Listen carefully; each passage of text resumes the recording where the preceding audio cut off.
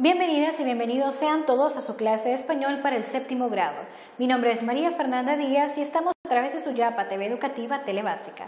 El día de hoy abordaremos el tema dentro del bloque 2, lengua escrita, lectura, de la secuencia 1, comprensión lectora, con el tema central, mapas conceptuales. El objetivo de este programa es definir el concepto de mapa conceptual y presentar sus elementos. El contenido que desarrollaremos es mapa conceptual.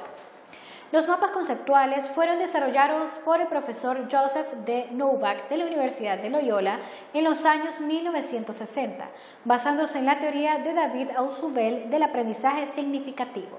Según Ausubel, el factor más importante en el aprendizaje es lo que el sujeto ya conoce. Por lo tanto, el aprendizaje significativo ocurre cuando una persona consciente y explícitamente vincula esos nuevos conceptos a otros que ya posee. Cuando se produce ese aprendizaje significativo, se producen una serie de cambios en nuestra conducta cognitiva, modificando los conceptos existentes y formando nuevos enlaces entre ellos.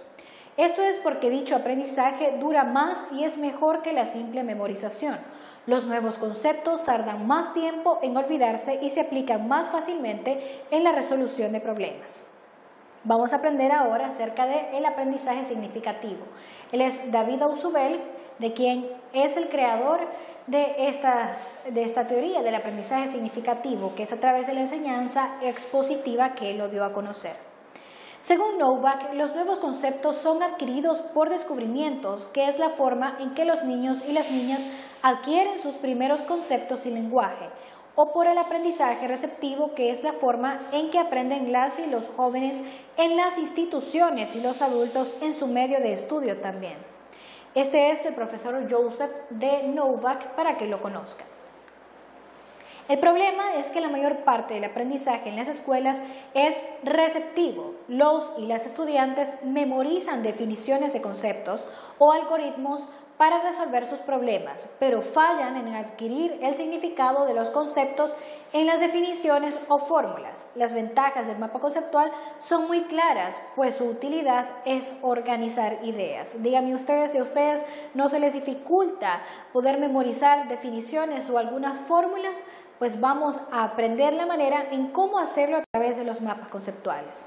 Aquí están los niños, también en las escuelas, las maestras, en todas las capacitaciones.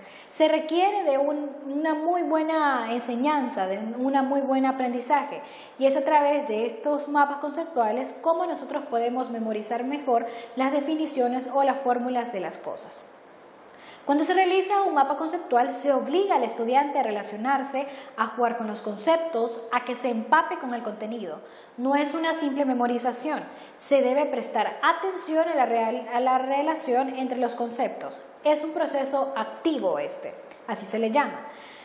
Un mapa conceptual es una herramienta para organizar y representar el conocimiento. Tiene su origen en las teorías sobre la psicología del aprendizaje de David Ausubel enunciados en los años 60, así nos decía él. Elementos que componen los mapas conceptuales, presten mucha atención. El primero es el concepto. Esta es la palabra que se emplea para designar cierta imagen de un objeto o de un acontecimiento. También tenemos las palabras enlace. Son las preposiciones, las conjunciones, el adverbio y en general todas las palabras que no sean concepto y que se utilizan para relacionar estos y así armar una proposición. También tenemos las líneas y flechas de enlace. Estas nos indican que no existe una relación de subordinación. También tenemos las conexiones cruzadas. Muestran relaciones entre dos segmentos distintos de la jerarquía conceptual que se integran en un solo conocimiento. ¿Cómo se elabora un mapa conceptual? El mapa conceptual es un entramado de líneas que se unen en distintos puntos, utilizando fundamentalmente dos elementos gráficos, la elipse u óvalo y las líneas. Los conceptos se colocan dentro de la elipse y las palabras enlace se escriben sobre o junto a la línea que une los conceptos. Muchos autores están empleando algunos símbolos para incluir, además de los conceptos y proposiciones, otra información como actividades, comentarios, dudas, teorías, etc. Las aplicaciones de un mapa conceptual son ilimitadas y en particular es en las ciencias de la educación en donde han sido mayormente utilizadas. Los mapas conceptuales dirigen la atención tanto del estudiante como del profesor sobre el reducido número de ideas importantes en las que deben concentrarse en cualquier tarea específica de aprendizaje. Vemos un ejemplo de este mapa conceptual. A este se le conoce como el mapa araña. Ya verán ustedes por qué. Porque se entrelazan unos a otros y generalmente solo son palabras claves, no son muchos contextos, no es mucho texto, sino que son palabras claves las que se unen a través de ese mapa conceptual que se llama araña. Tenemos también el mapa mental. Estos mapas mentales son los que normalmente se unen con flechas, no utilizan muchos óvalos y se hace nada más la escritura de los puntos claves de ellos. Y así se va realizando este mapa mental, el que nosotros lo creamos prácticamente en nuestra cabeza y luego lo plasmamos en un papel. Tenemos el mapa panorámico. El mapa panorámico es el que normalmente está más ordenado y también está ilustrado, es porque tiene estas gráficas. El mapa jerárquico es el que va en orden, el que normalmente se utiliza para explicar el proceso organizacional de alguna empresa o también la funcionalidad de ella.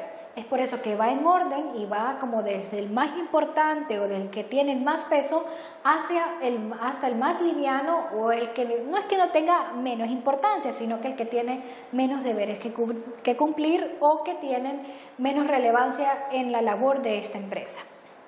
Un mapa conceptual también puede hacer las veces de mapa de carretera, donde se muestran algunos de los caminos que se pueden seguir para conectar los significados de los conceptos de forma que resultan proposiciones.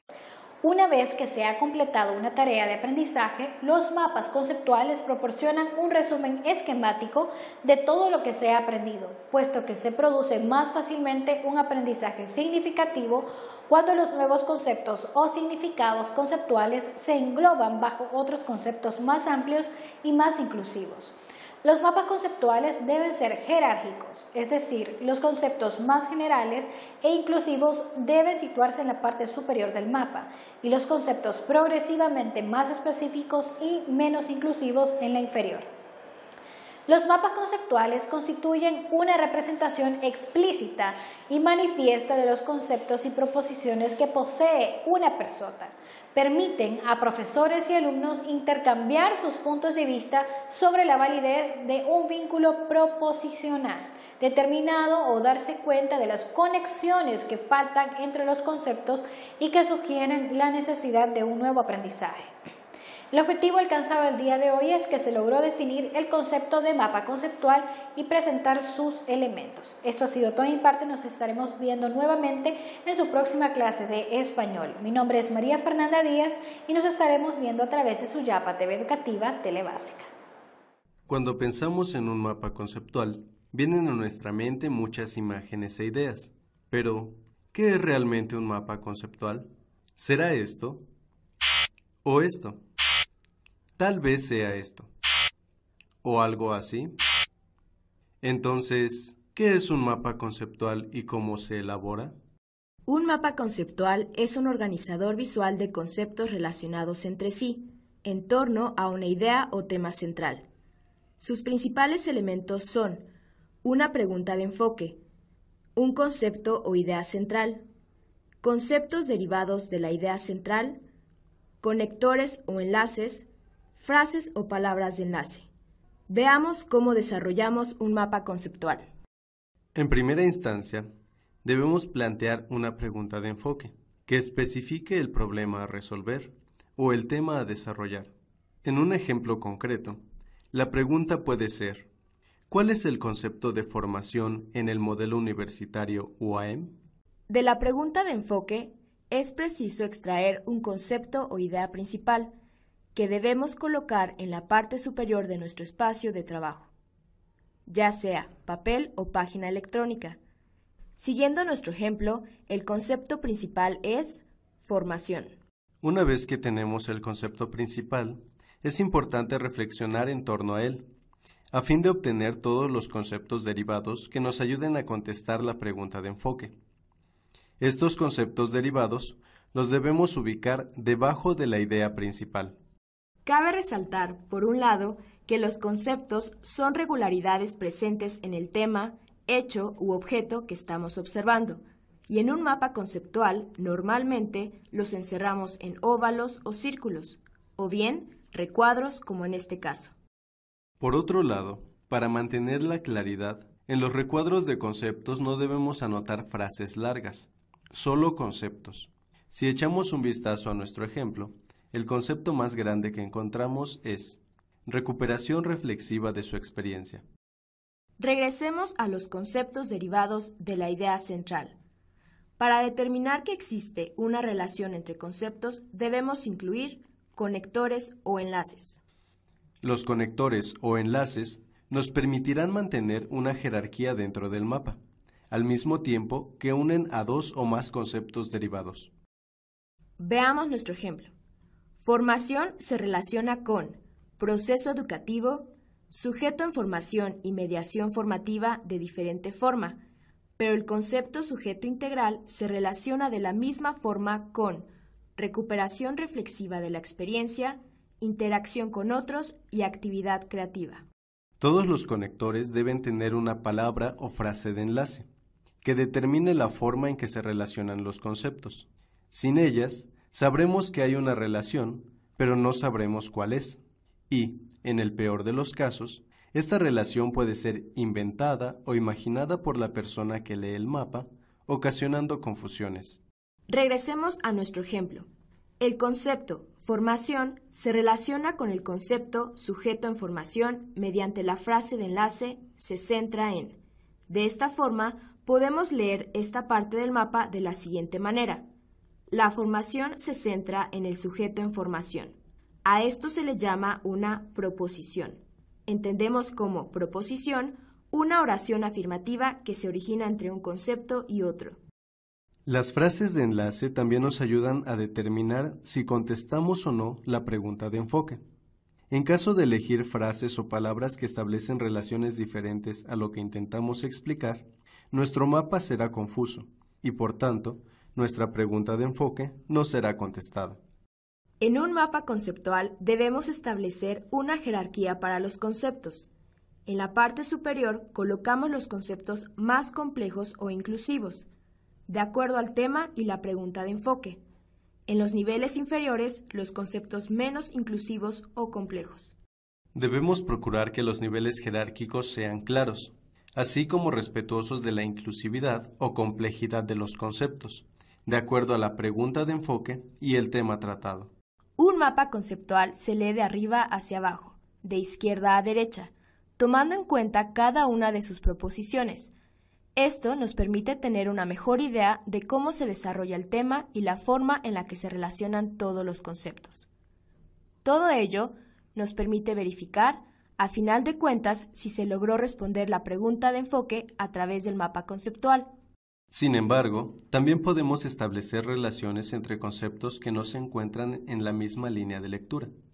Estas relaciones nos permiten aclarar que un mapa conceptual no sigue solamente un orden descendente de lectura y relación, sino que se pueden establecer relaciones entre conceptos de diferente línea de explicación. Esto es importante, ya que al desarrollar el mapa conceptual de una materia, podemos acomodar los conceptos de maneras diferentes a las planteadas en el cronograma de trabajo.